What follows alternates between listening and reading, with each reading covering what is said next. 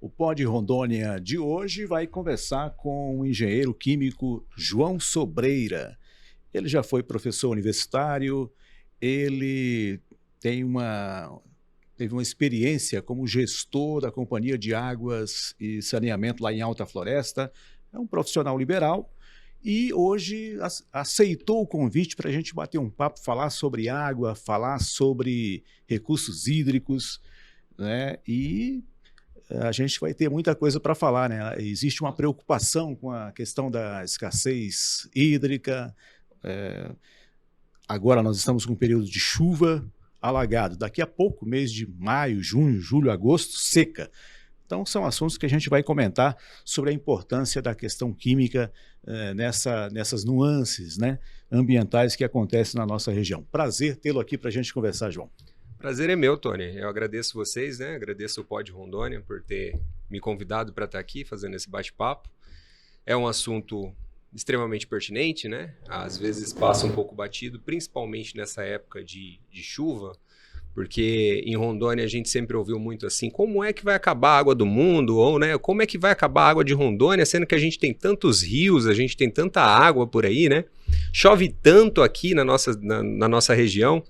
Graças a Deus chove bastante realmente, né, nessa época, mas a gente tem visto com o passar dos anos aí que é preocupante a situação, né, o rumo que isso tá se levando.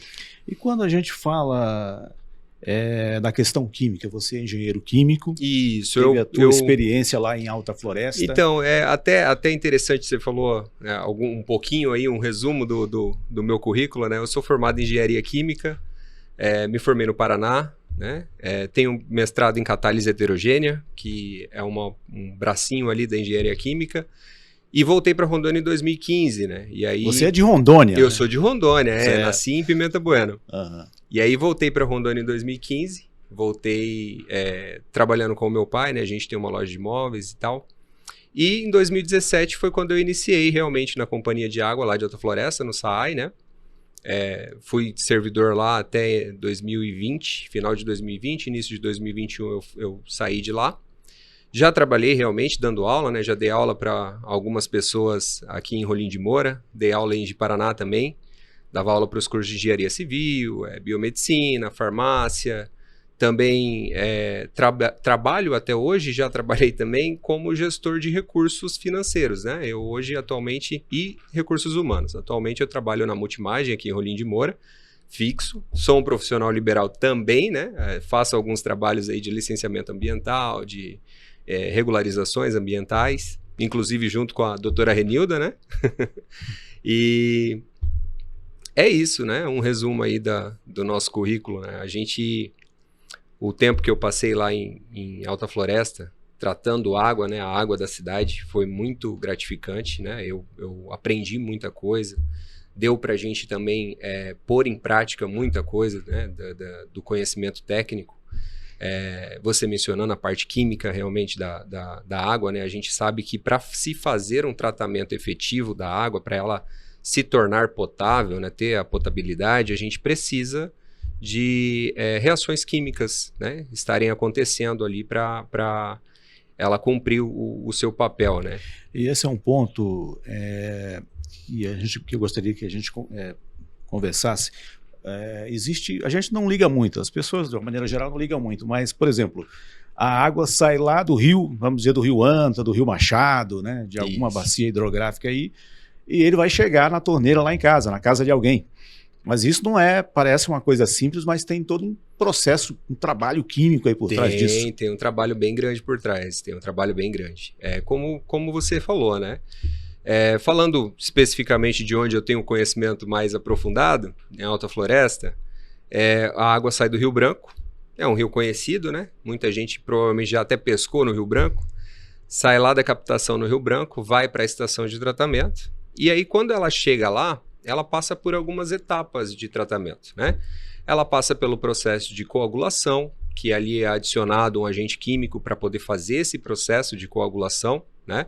Coagulação é ela pegar toda aquela sujeira que a gente enxerga, às vezes, quando a gente pega um copo de água do rio, né, alguma coisa assim, a gente enxerga algumas partículas ali. Então, coagulação vai fazer o quê? Esse agente químico ele vai aglutinar essas partículas, né? Ele serve para juntar elas. E aí, depois desse processo de coagulação, ela passa por um tanque que é chamado... É um processo demorado de 24 horas, 48 horas, tem um... Extremamente rápido. Rápido.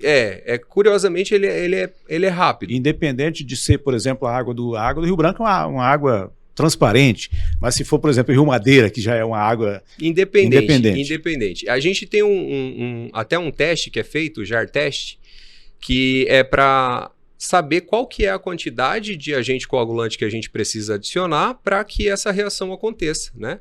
Mas o período são minutos, né? Alguns minutos a água está ali no processo de coagulação já. Essa é a primeira etapa. Essa é a primeira etapa, onde a gente adiciona o nosso primeiro agente químico, né?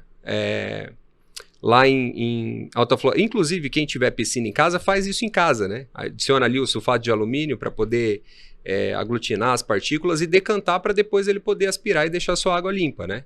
É o mesmo processo que a gente faz numa estação de tratamento de água. Óbvio que na estação existem outras etapas, né? Por exemplo, depois desse processo de coagulação, nós passamos para o tanque de floculação. Nesse tanque, o processo de coagulação ele inicia numa calha partial, às vezes, que é onde chega a nossa água, né?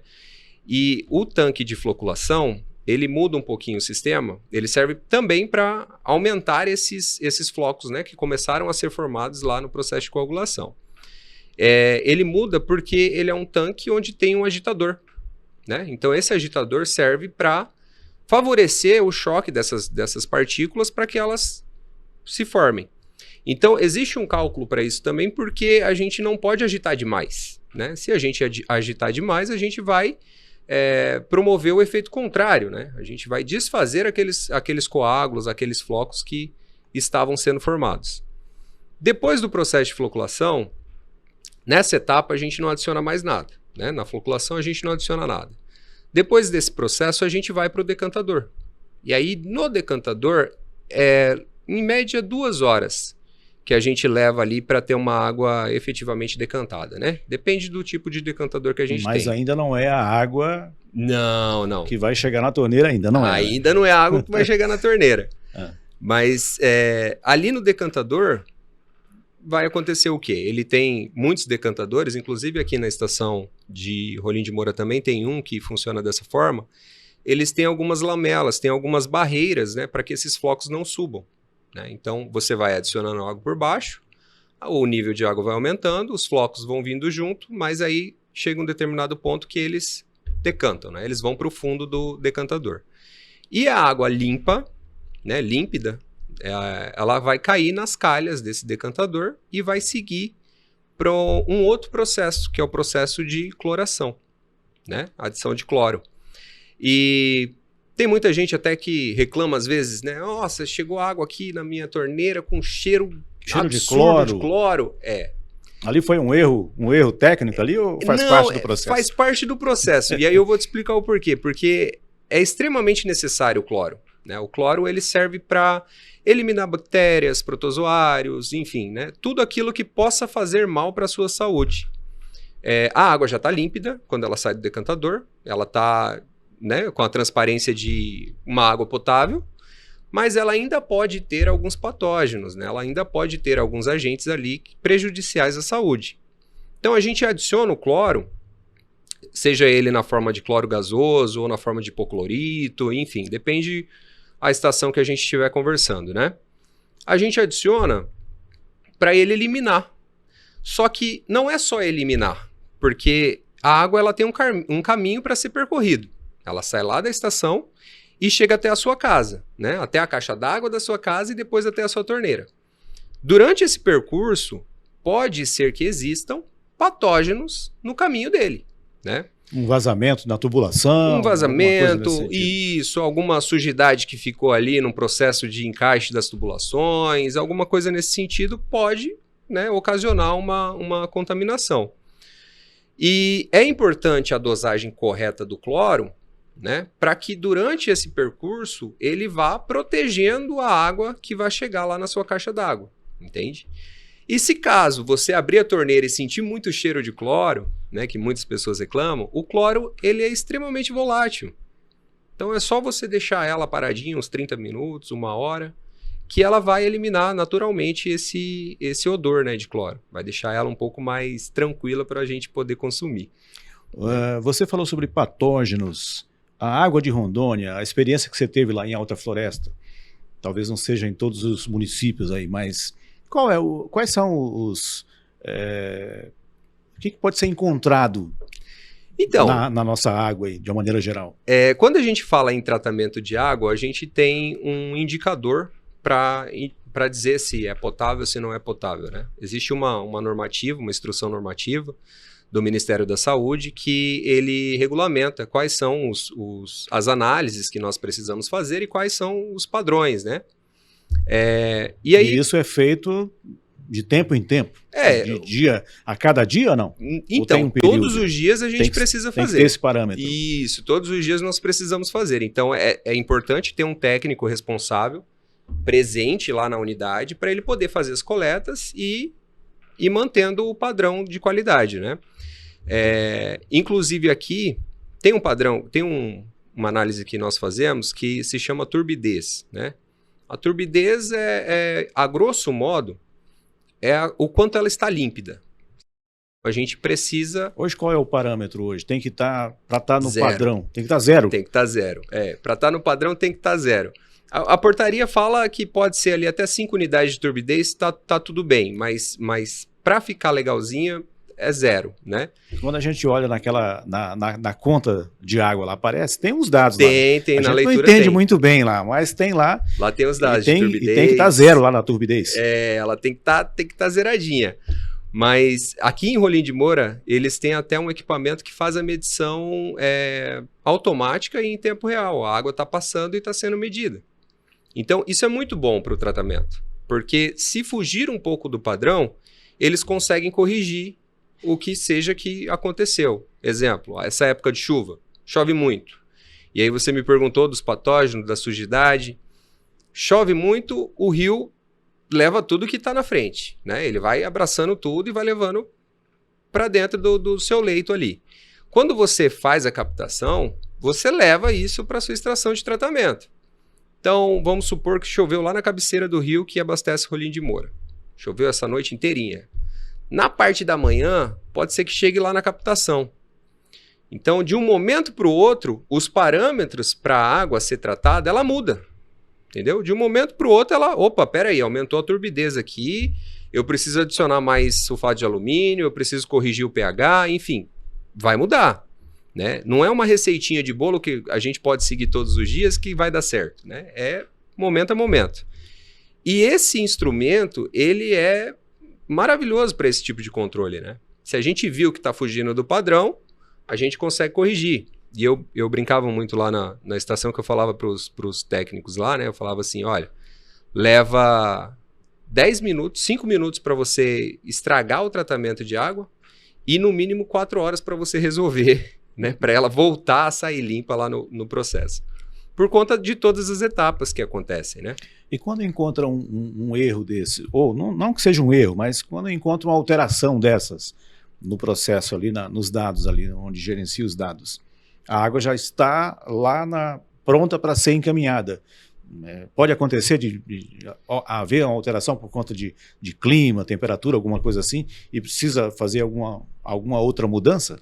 É possível fazer? Normalmente é feita esse tipo de correção no momento em que viu que está fugindo um pouco do padrão, a gente já faz a correção, já corre para corrigir o que esteja acontecendo.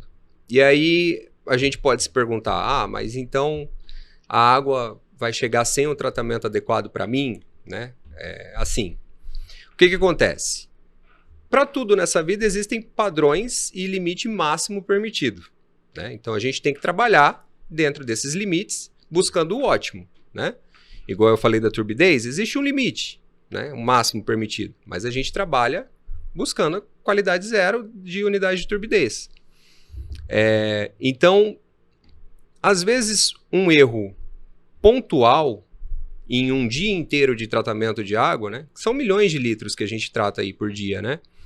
Então não faz tanta diferença, né, no conjunto como um todo, né? É um processo de diluição comum, né? Se a gente colocar um balde de água suja dentro de uma piscina, talvez você não veja uma mudança drástica na qualidade daquela água, né? Isso pode acontecer. Um outro ponto, nós falamos aqui sobre, você citou, por exemplo, citou o exemplo desse período agora de cheia, a água, o rio vem trazendo bastante coisa, né? Mas acontece também, como aconteceu lá em Espigão, há 2 ou 3 anos atrás, que o rio, a bacia lá que abastece a cidade de Espigão, eles tiveram problemas, ela secou e foi toda aquela dificuldade lá. Nesse caso aí, nós temos, você citou o exemplo, o rio trazendo muita coisa, detritos e tudo mais. E quando o rio seca, que aí seca, fica num limite quase que impossível de captar água, tem outro tipo de minerais ali, alguma outra coisa que também pode prejudicar a qualidade da água? Então, normalmente quando o rio seca, nós temos uma água um pouquinho mais límpida, né? Então, teoricamente... Mais ácida ou não? Depende. Depende da bacia, mas assim, aqui na região, a nossa água ela é ligeiramente ácida, né? Eu não posso falar que ela é neutra, porque neutro é 7, pH igual a 7. E nossa água não tem esse pH, né? Um pH ali de 6,5, 6, dependendo da época do ano, justamente, né? Altera um pouco essa questão do pH por conta dos minerais, né? Então, ela é já naturalmente ligeiramente ácida. Eu acredito que o principal problema da questão da escassez é realmente a falta do bem, né? A falta do recurso. Não tem nada assim que eu, buscando na memória, me recorde de ter um tipo de contaminante diferente ou alguma outra dificuldade no tratamento. Não. Na época de seca, ela é até uma água, digamos, teoricamente mais tranquila de ser tratada, sabe? Porque ela vem um pouco mais límpida, sem tanto material, né? Material orgânico, enfim. Nós estamos vivendo uma era de muita tecnologia aí, 2024, final de 2024, 2025 agora, muita inteligência artificial, muita tecnologia envolvida. Como é que você vê a química para esse tipo de trabalho, nesses processos aí de tecnológicos para melhoria da qualidade da água que vai chegar para a população e com essa questão da escassez, muita tecnologia, tudo isso acontecendo. Como é que você vê, como é que você imagina daqui a 5, 10 anos aí? Então, Tony, é curioso você perguntar, porque assim, eu busco trabalhar todos os dias usando os recursos que nós temos tecnológicos, né? A inteligência artificial. E me ajuda muito em questão de, por exemplo, a organização de dados, análise de dados, me dá muita ideia, busca referência. Então, é uma ferramenta extremamente boa de ser usada. E existem empresas que implementam esse tipo de ferramenta nos seus softwares, né? Naquele banco de dados que elas têm, nas indústrias, né? Por exemplo. E é usada a IA para, por exemplo, manutenções preventivas, né? De equipamentos. Você vai buscando alguns dados, leitura de dados, então ela pode predizer um problema, né? Fala, olha, se continuar dessa forma vai acontecer isso, então é melhor a gente fazer isso. Então eu vejo dessa maneira, né? Além de economia de recursos, às vezes, né? Você consegue utilizar essa tecnologia para se autogerenciar, né? Ela é impressionante o que dá para fazer com esses equipamentos novos aí que estão surgindo, né? Com esses aplicativos, com essas inteligências artificiais aí. Facilita muito o trabalho, né? Facilita. Nesses tempos de escassez, a gente já viu o que aconteceu ano passado. Agora, é claro que nesse período agora o Rio Madeira está cheio, né? Encheu, parece que vai ultrapassar a média histórica lá.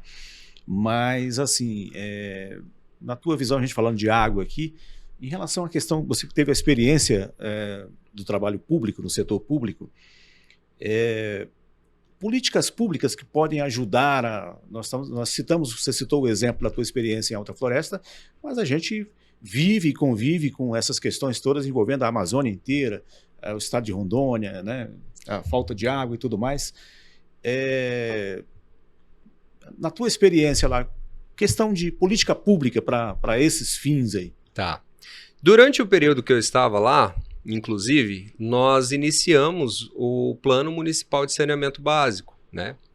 E o que é esse Plano Municipal de Saneamento Básico? A gente sabe que Rondônia, esses tempos, eu estava vendo uma reportagem, acho que no Metrópolis, no Instagram do Metrópolis, que inclusive disse que a pior capital do Brasil em saneamento básico é Porto Velho, né? Ganhamos esse prêmio. Ganhamos esse prêmio de pior capital do país em saneamento básico.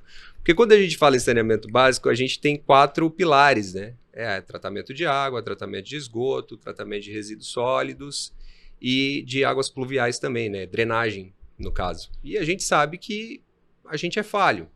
Vamos lá, tratamento de água. Nem sempre a gente tem água tratada em todos os bairros, né? Ou a gente tem água encanada em todos os bairros. Vamos falar sobre tratamento de resíduos líquidos, né? De esgoto sanitário.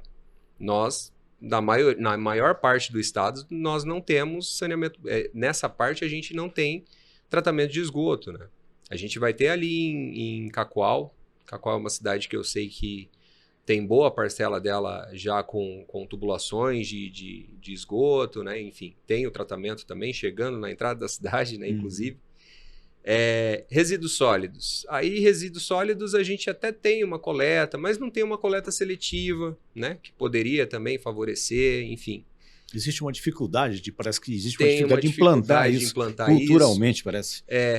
E drenagem, a gente sabe também, né? Quando chove, não precisa chover muito, chover 10 minutos, às vezes já é o suficiente para alagar alguma rua ou alguma coisa assim. Então, o plano de saneamento, ele visava o quê? Na época que eu estava, a gente buscou fazer o diagnóstico da situação real do município naquele momento. Então, a gente visitou todos os distritos, a gente visitou todos os órgãos públicos, enfim. Foi mapeado qual era a situação real do município naquele momento. Esse plano, se eu não estou enganado, o de Alta Floresta foi até virou lei, né? Porque ele tem que ser aprovado na Câmara e tal, tudo mais. Mas ele visa o quê? Traçar metas e objetivos para que os próximos gestores se comprometam a cumprir e melhorar esses pilares, essas diretrizes aí que a gente tem do saneamento básico. Então, eu vi, isso foi uma ação em conjunto com o IFRO, inclusive, na época, eu vi que várias outras cidades também se mobilizaram para poder captar esse recurso humano, que a galera ia lá para poder instruir como fazer, o que responder, né? Enfim, buscando essa melhoria, né? Porque não adianta nada, às vezes, a gente... mas vamos fazer um plano de saneamento, vamos pegar o plano de São Paulo que está pronto e vamos colocar aqui, pronto, a gente cumpriu a lei. Não é assim que funciona, né? Até porque é uma realidade diferente, né? Totalmente diferente, né? Outra realidade, outra situação. Eu vi essa política acontecer, né? Para buscar, visando melhorias no saneamento básico. E eu lembro também de um projeto muito interessante da Secretaria de Saúde, que era o Salta Z. O Salta Z, ele eram equipamentos, né? Unidades de tratamento de água para pequenas comunidades. Então, a gente, inclusive, implementamos algumas lá em Alta Floresta na época. A gente levava, o tratamento acontece numa caixa d'água. É bem simples o processo, bem rápido, inclusive. E ali você consegue fornecer saúde para as pessoas que estão ali em torno, né? Existe também, pelo que eu entendi, seria também uma capacitação para alguém cuidar ali. Isso, naquela comunidade. É necessário. É necessário porque ele vai precisar adicionar o sulfato de alumínio para poder fazer a decantação da água. Ele vai precisar adicionar o hipoclorito, né, que inclusive os agentes comunitários de saúde muitas vezes entregam nas casas, né, o hipoclorito. aquilo é para poder eliminar os patógenos, né? Tem atrás a indicação de como usar, uma colherinha para tantos litros de água, enfim. Então precisa de alguém, né? E assim, eu vou falar algo aqui que pode parecer estranho e até simples, mas já vi acontecer. Aquele vidrinho não é para se jogar no poço, tá? É para usar numa jarra de água, em alguma coisa assim. Porque eu já vi pessoas pegarem o vidrinho e falar, vou jogar tudo aqui dentro desse poço aqui então e tá tudo resolvido. E não é assim que funciona, né? Mas... Você fala pelo fato de que, embora seja uma quantidade pequena, ele vai atingir o lençol freático, alguma coisa assim, ou não? É porque não faz sentido? Porque não faz sentido, não vai agir com o propósito que ele tem. Porque quando a gente fala em poço, a gente tem que lembrar que o lençol freático, ele, por mais que esteja debaixo da terra, ele se movimenta.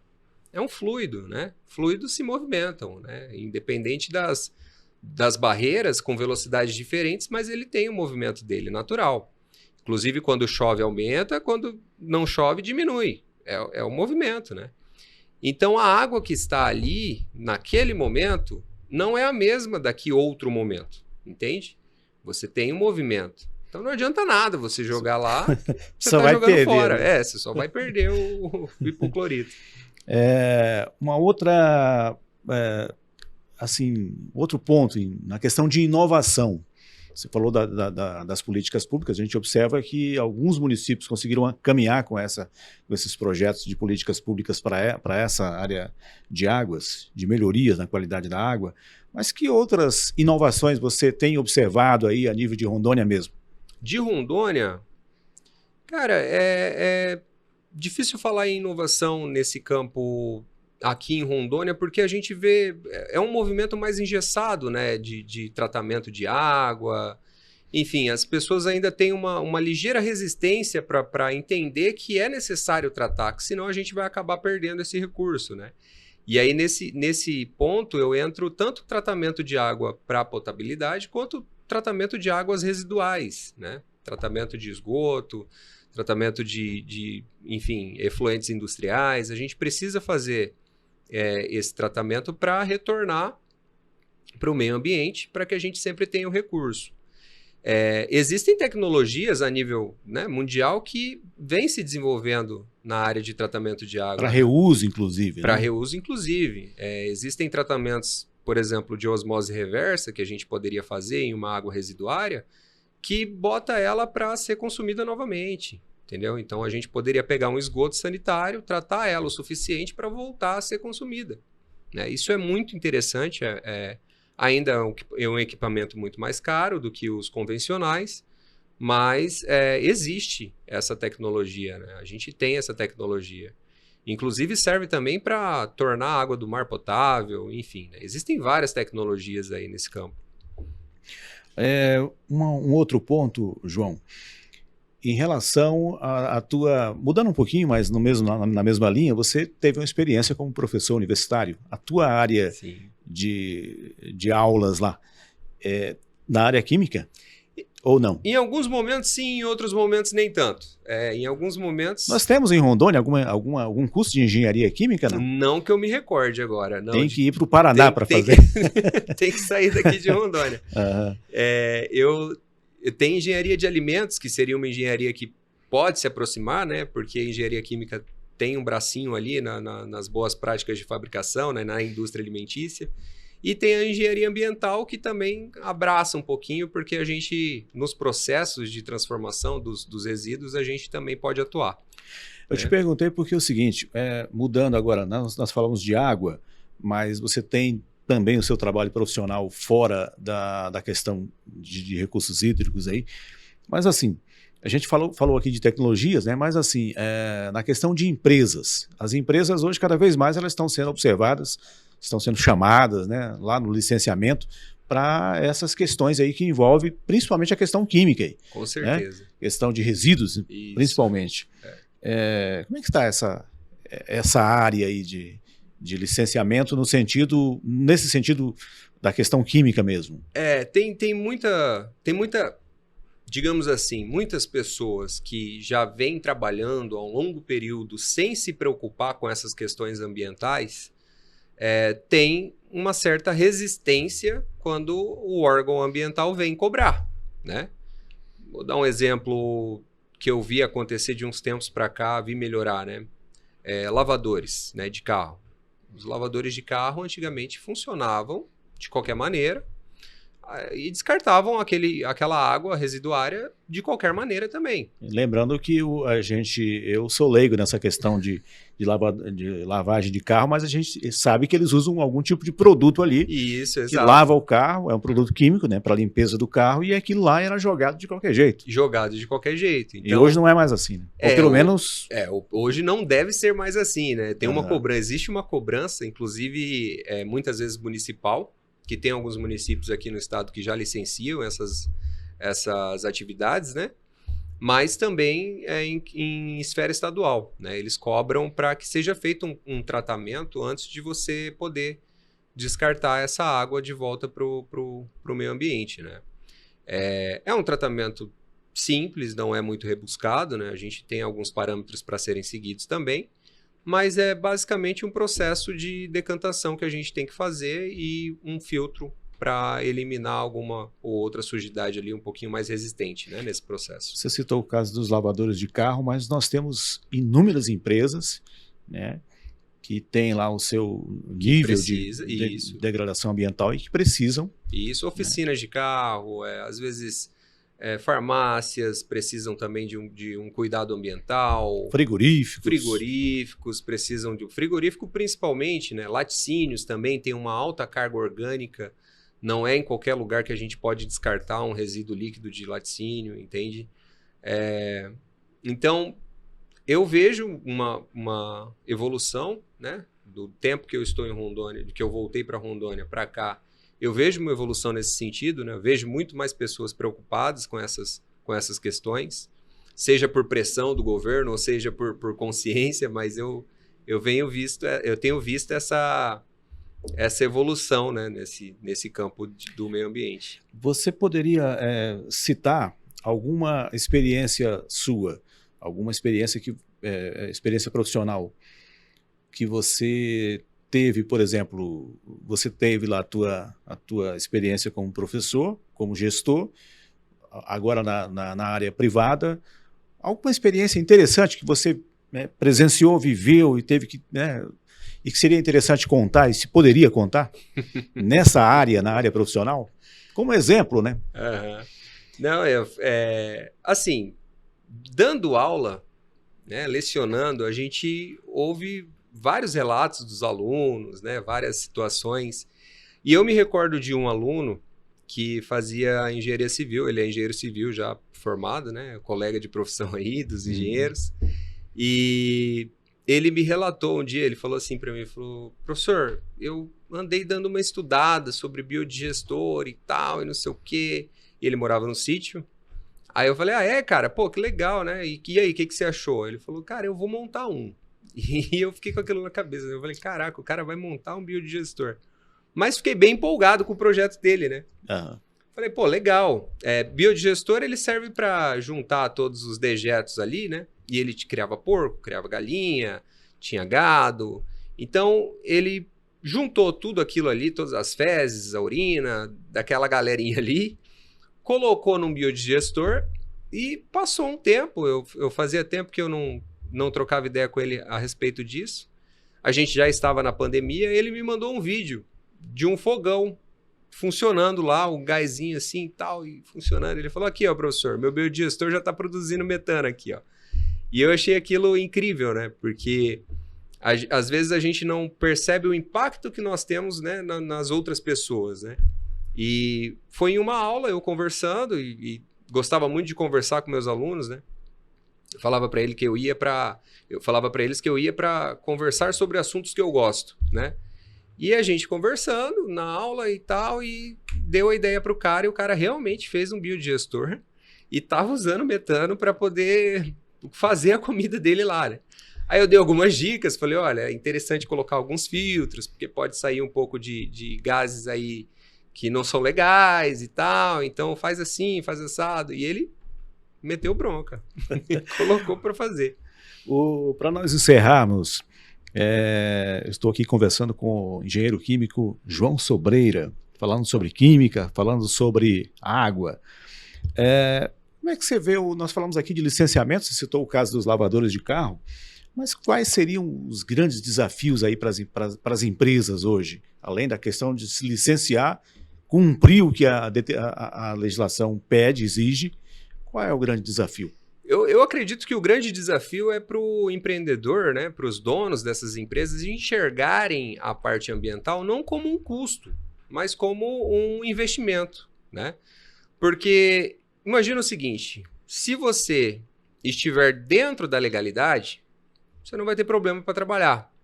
Mas se você fizer um pouquinho fora, pode ser que isso te gere custo. Pode ser uma multa, pode ser um dia fechado, uma semana fechada, um mês fechado. Então, eles precisam ter a visão de que a sociedade mudou, ela se desenvolveu, nós aprendemos que existem várias coisas que são nocivas à nossa saúde, que a gente precisa manter o meio ambiente aí, né? A gente precisa ter esse cuidado. E que, se a gente não fizer, isso pode acarretar em sanções aí que não são muito interessantes para o comércio, né? Então, não é um custo você lidar com o licenciamento ambiental, você seguir as regras, as determinantes do seu técnico, né? Se você contratou alguém para licenciar, então vamos seguir aquilo que está sendo passado, né? Para ter esse cuidado realmente com o meio ambiente, né? Acho que o maior desafio é esse. Ainda existem muitas pessoas que enxergam isso como um custo. É um custo a mais, né, para mim. Só que isso pode te livrar de um custo muito pior na frente, né? É isso. Então, encerrando, nós vamos ter água de qualidade esse ano? Temos água de qualidade, né? Temos água de qualidade. Inclusive, lá em casa é água da rua 100%, né? 100%. 100%. João, foi um prazer conversar com você. Espero que a gente tenha outras oportunidades, né? Porque questão ambiental hoje não é nem moda, né? A gente tem sempre que falar, né? A gente está sempre sendo cobrado por legislação, né? por empresas, por produtos ecológicos, produtos sustentáveis. Então, são assuntos que a gente vai ter sempre que conversar, né? Sim, com certeza. Conversar com a sociedade, conversar com as pessoas. Com certeza. É isso. Então, assim, hoje a gente conversou aqui, espero que a gente tenha oportunidade de voltar a conversar mais sobre esses assuntos. Tá certo, muito obrigado. Agradeço mais uma vez, né, o convite para a gente participar, o Pod Rondônia. E estou à disposição. Sempre que me chamar, a gente vai estar aqui para fazer esse bate-papo. Eu conversei aqui com o engenheiro químico João Sobreira, falando sobre água, sobre as tecnologias que envolvem o tratamento de água e outras questões ambientais. Até o nosso próximo encontro.